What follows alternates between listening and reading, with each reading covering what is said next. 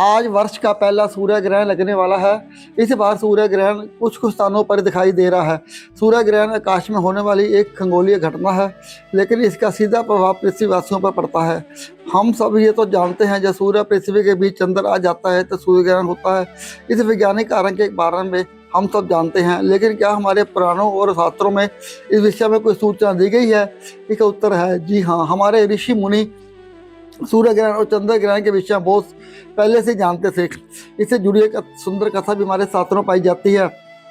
तो चलिए आज की एक विषय कथा में हम देखते हैं कि सूर्य ग्रहण आखिर क्यों होता है और श्रवण करते हैं। इससे जुड़ी एक पुरानी कथा आरंभ करते हैं। हिंदू पुरानी कथाओं के अंदर समुद्र मंथन, मौनी अवतार और सूर्य ग्रहण, ये तीनों घटनाएं आसमान गहराई से जुड़ी हुई। इन सभी कथाओं में देवताओं, असुरों और भगवान विष्णु के विभिन्न स्वरूपों की महत्वपूर्ण भूमिका देखी जाती है, जो हमें वास्तव में धर्म, नीति और ब्रह्मांडीय घटनाओं के बीच के संबंधों को समझने में सहायता करती है। प्राचीन काल में एक समय देवता और असुर दोनों अमृत की प्राप्ति हेतु समुद्र मंथन करने का निर्णय लेते हैं।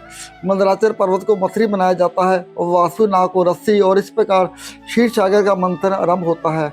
इस मंथन के अंदर 14 मूल्यवान रत्न उत्पन्न होते हैं, जिसमें एक था अमृत कलश।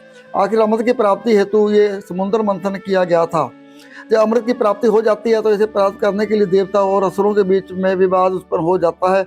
ऐसे में असुरगण अमृत कलश को छीन कर ले जाते हैं, और जब देवताओं को इस बात का पता चलता है तो वह उसके पीछे पीछे असुरों के साथ अमृत लेने के लिए जाते हैं, लेकिन वह निष्फल रहते हैं। आखिर थक हार के वह भगवान विष्णु की शरण में जाते हैं।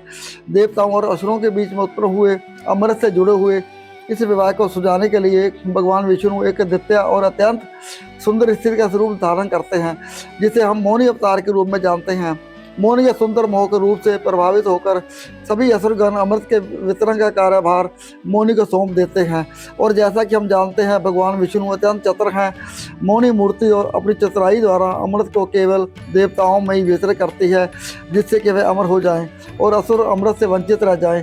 जब इस प्रकार मौनी द्वारा अमृत का वितरण किया जा रहा था, उस समय स्वर भानु नामक एक असुर देवता का वेश धारण करके उसकी पंक्ति में बैठ जाता है और वह सभी अमृत पान कर लेता है। उस अमृत की बूंद अभी उसके गले में ही नीचे उतरी रही थी। उस समय सूर्य चंद्रमा ने देख लिया, उसकी चालाकी को उन्होंने पहचान लिया और तुरंत भगवान विष्णु को सूचना दी। और उसी क्षण भगवान विष्णु ने अपने सुदर्शन चक्कर से स्वर भानु का सिर धड़ से अलग कर दिया।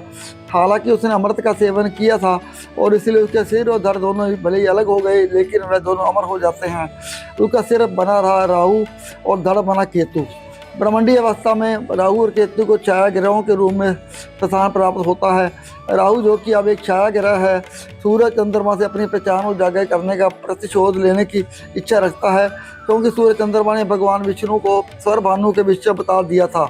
इसलिए उनसे बदला लेने की इच्छा से समय समय पर राहु सूर्य और चंद्रमा को ग्रसने का प्रयास करता रहता है, और उसी को सूर्य ग्रहण और चंद्र ग्रहण की घटनाएं बताया जाता है।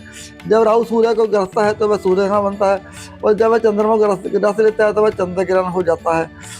हालांकि राहु और केतु दोनों छाया ग्रह हैं, इसलिए वे पूर्ण रूप से सूर्य चंद्र को नहीं निकल पाते और कुछ समय बाद ग्रहण समाप्त हो जाता है।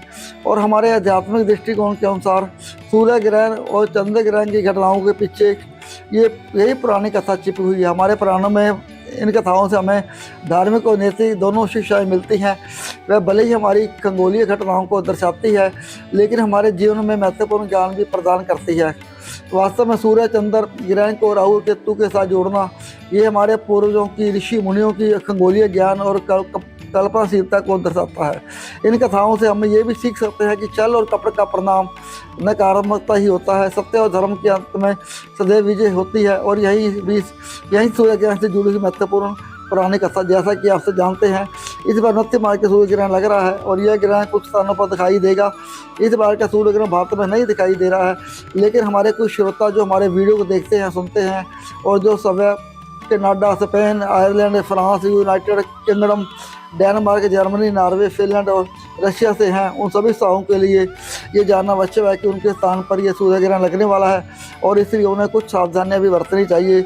और विशेष रूप से उत्तर अमेरिका के ये सूर्य ग्रहण सूर्य उदय के समय देखने को मिलेगा। तो हमें आशा है कि सूर्य ग्रहण के विषय में ये जानकारी और कथा आपको अच्छी लगी। श्री शिवाय नमस्तम। हर हर महादेव।